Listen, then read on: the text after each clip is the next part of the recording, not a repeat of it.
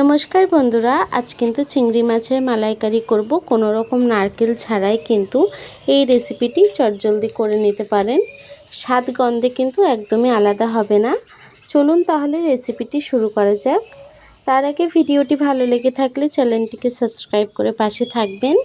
চলুন তাহলে এই দারুণ মজার চিংড়ি মাছের মালাইকারিটি শুরু করা যাক।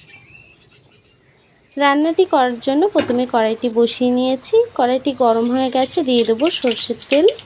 রান্নাটি কিন্তু সরষের তেলেই করব। চিংড়ি মাছটি সরষের তেলে রান্না করলে বেশি ভালো লাগে। আমি প্রথমেই চিংড়ি মাছটি সুন্দর করে ভেজে নিচ্ছি। চিংড়ি মাছে আগে থেকে নুন হলুদ মাখিয়ে রেখেছিলাম। দেখুন বন্ধুরা, চিংড়ি মাছটি কিন্তু একটু ভাজা হয়ে এসেছে, আরও একটু ভেজে নেব। দেখুন চিংড়ি মাছটি ভাজা হয়ে গেছে, এখন নামিয়ে নেব চিংড়ি মাছগুলিকে।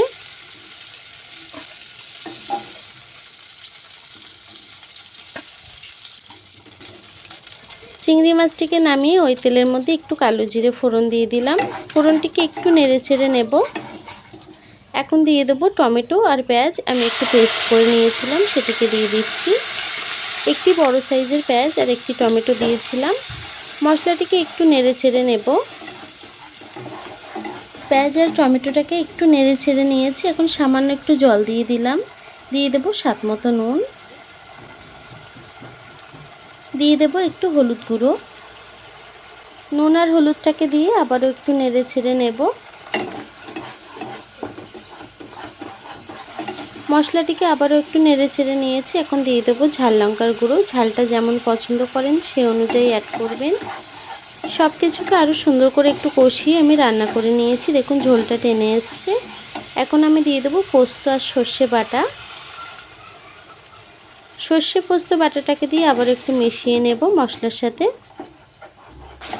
খুব ভালোভাবে মশলার সাথে মিশিয়ে একটু রান্না করে নিয়েছি। এখন আমি জল দিয়ে দেব। যে বাটিতে আমি সর্ষে বাটা দিয়েছিলাম তাতে একটু জল আমি 2 বাটির মতো দিয়ে দিচ্ছি।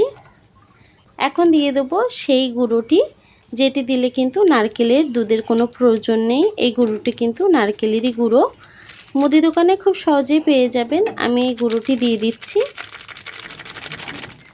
এই গুঁড়োটিকে দিয়ে খুব সুন্দরভাবে একটু মিশিয়ে নেব। আপনারা চাইলে ঠান্ডা জলে গুঁড়োও কিন্তু দিতে পারেন। আমি জলটি দিয়ে দিয়েছি। এখন ভালোভাবে মিশিয়ে আমি ঢাকা দিয়ে কিছুক্ষণ রান্না হতে দেব।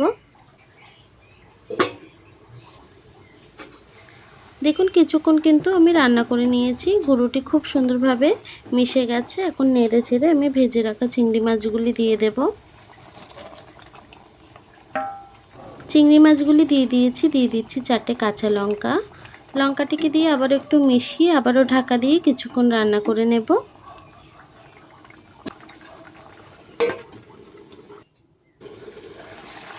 দেখুন বন্ধুরা, আমার চিংড়ি মাছের মালাইকারিটি কিন্তু হয়ে গেছে। ঝোলটি অনেকটাই টেনে গাঢ় হয়ে এসছে।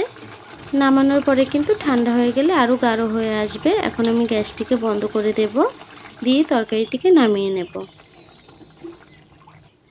দেখুন বন্ধুরা, খুব সহজেই কিন্তু আমার এই রান্নাটি হয়ে গেছে। দেখুন কতটি গাঢ় হয়ে এসছে। আপনারা এভাবেই চটজলদি রান্না করে নিতে পারেন চিংড়ি মাছের মালাইকারি।